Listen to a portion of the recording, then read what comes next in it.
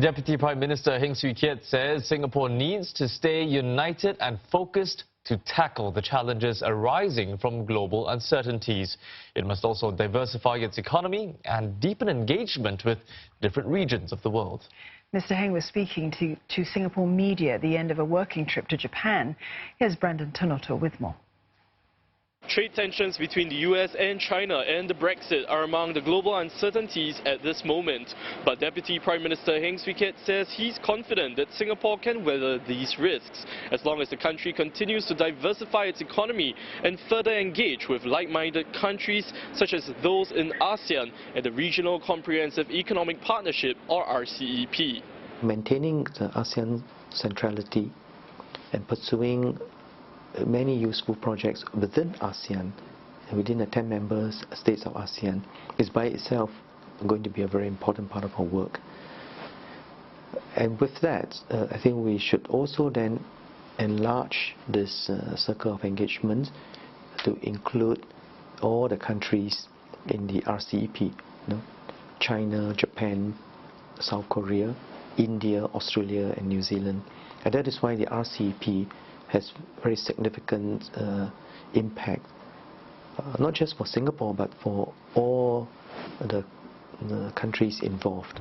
Mr. Heng added that this would be an important way to keep up the support for a rules-based multilateral trading system.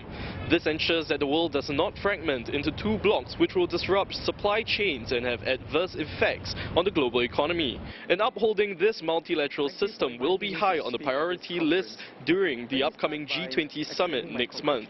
Mr. Heng added that it is not possible to decide or set an arbitrary date for RCEP to be concluded, but he is encouraged by the support given by many of RCEP's key members and from ASEAN countries. There has to be a lot of give and take, because particularly in multilateral negotiations involving so many nations, it is not possible for one country to be able to satisfy everything that it wants.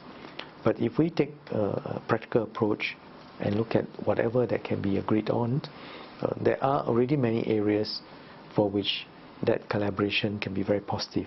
So we should aim high, aim for as many areas of agreements as we can and implement it early.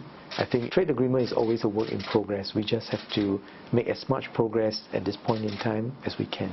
And I think that the environment today is right for this, because it's important for us to be able to make a positive contribution in this climate of uncertainty.